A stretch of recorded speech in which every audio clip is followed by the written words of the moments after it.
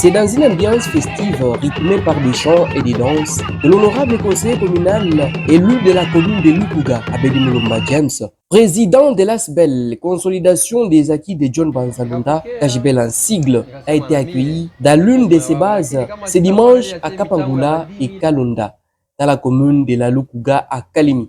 À l'origine de cet accueil chaleureux, les Wamama Furana Aman, une association regroupant plusieurs femmes engagées dans la promotion de leur autonomisation et leur indépendance. À leur arrivée, l'honorable conseiller Abedi Mulumba James, accompagné d'un cadre de la KJBEL, a été accueilli par des chants mettant en avant le leadership et les actions de John Banzalunda. L'élu municipal a été très bien accueilli dans sa base.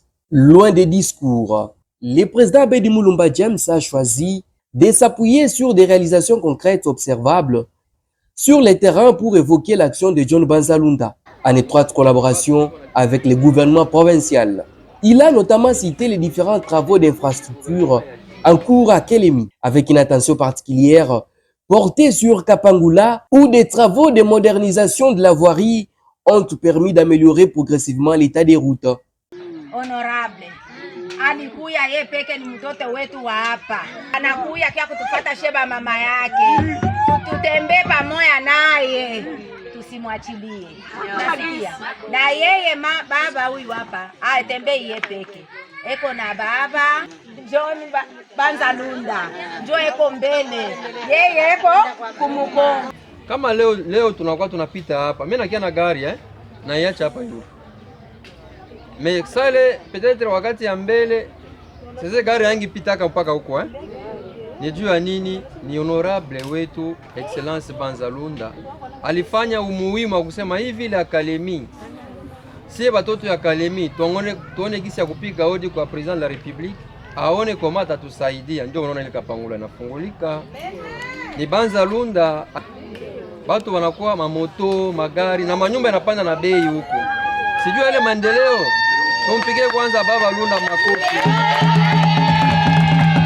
Pour le président de la KJBEL, ces transformations constituent des éléments palpables qui permettent aux populations d'apprécier directement l'impact des projets engagés dans leur environnement. À cette occasion, l'honorable conseiller Abedi Mulumba James a remis une importante enveloppe contenant une contribution financière destinée à accompagner cette organisation féminine. Un geste qui vient matérialiser l'engagement pris envers ces femmes de sa base, présentées comme des actrices de l'autonomisation et du développement communautaire.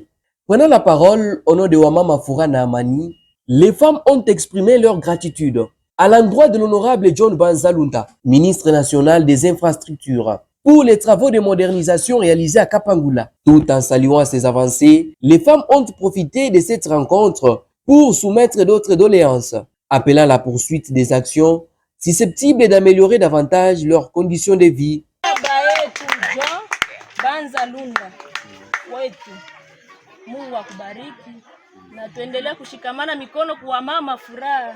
Kwa mama furaha.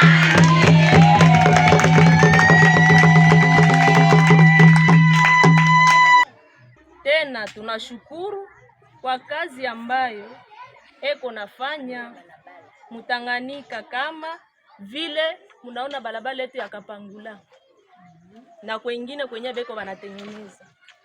Sisi wanamemba wa mama furaha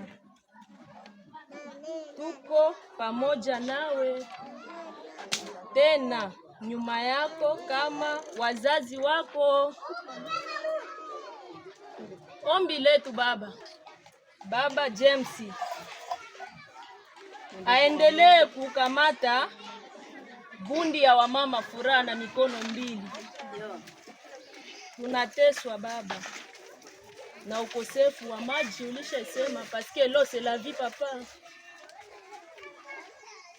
Tusaidie tupate kisima hii forage vile ulisema, tutaweza furahi sana. La rencontre s'est achevée dans une atmosphère conviviale, entre chants, danses et échanges, témoignant de la volonté de Wamama Furana Amani de renforcer leur engagement en faveur de l'autonomisation des femmes et développement des Kapangula.